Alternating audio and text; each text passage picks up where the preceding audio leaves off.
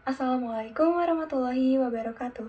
Halo teman-teman semua, perkenalkan nama aku Helda Kurnia dengan NIM 2503053. Aku dari Prodi Sistem Telekomunikasi Angkatan 2025.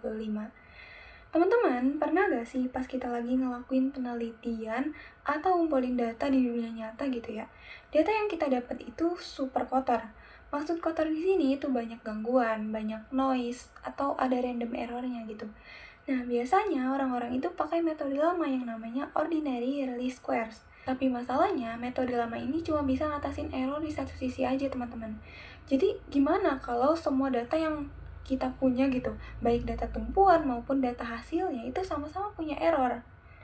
Tentu saja itu masalah yang besar gitu kan. Nah, tapi tenang aja teman-teman. Di sinilah konsep keren dari aljabar linear itu datang sebagai pahlawan melalui metode yang namanya total least squares atau kita sebut saja TLS. TLS ini pinter banget teman-teman. Jadi dia bisa bersihin dan nyari kecocokan data yang errornya menyebar di mana-mana.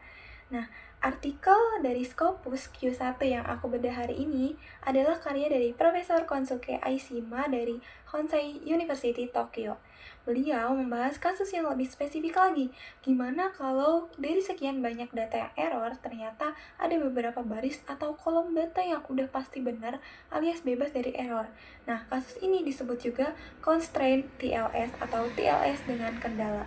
Nah, masalahnya selama ini program komputer emang bisa ngitung jawabannya secara numerik, tapi para ilmuwan itu belum tahu pasti apakah jawaban tersebut konsisten secara statistik kalau jumlah sampel datanya itu bertambah sampai tak hingga. Berangkat dari ketidaktahuan itulah penelitian ini dilakukan. Nah, selanjutnya kita akan membahas metode dan apa sih sebenarnya korelasinya dengan materi dari aljabar linear. Peneliti di artikel ini itu gak pakai rumus optimasi yang ribet, melainkan murni memanfaatkan sifat geometris dari ruang vektor. Ada 3 materi utama aljabar linear yang kita pelajari itu dipakai di sini, teman-teman. Yang pertama, ada dekomposisi QR dan eliminasi Gauss. Konsep dekomposisi QR ini dipakai di awal untuk mengisolasi atau memisahkan bagian baris dan kolom matriks data yang udah pasti bersih. Tujuannya agar ukuran matriksnya itu menyusut dan kita bisa langsung fokus untuk mengolah sisa data yang masih kotor.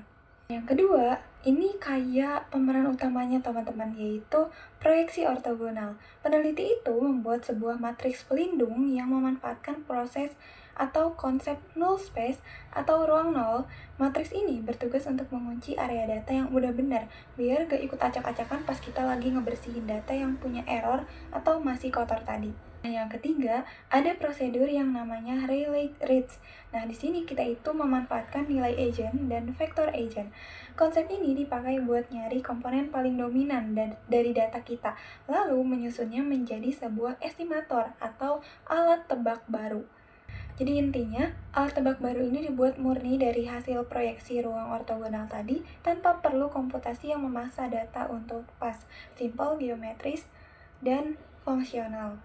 Nah, lalu apa sih hasil dari kerja keras peneliti ini? Hasilnya itu ternyata benar-benar memuaskan teman-teman.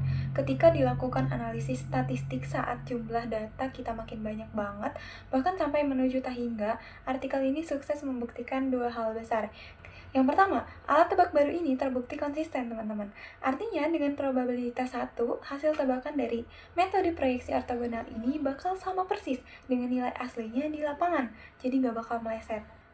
Yang kedua, itu membuktikan metode yang sudah ada. Jadi, pendekatan proyeksi ortogonal ini juga otomatis membuktikan kalau solusi komputasi yang selama ini dipakai di industri itu memang valid dan punya konsistensi statistik yang kuat.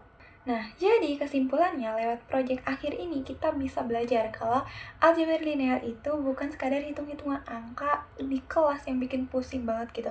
Jadi konsep abstrak kayak proyeksi ortogonal, ruang nol, dan juga nilai agent itu ternyata punya peranan krusial di dunia nyata, teman-teman.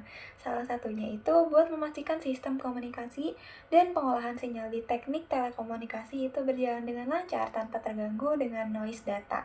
Oke, jadi mungkin itu saja yang bisa aku jelaskan dalam video kali ini. Semoga penjelasan aku yang singkat ini bisa bikin teman-teman semua paham seberapa kerennya aljabar linear di dunia riset. Terima kasih sudah mendengarkan, sampai jumpa di video selanjutnya. Bye-bye.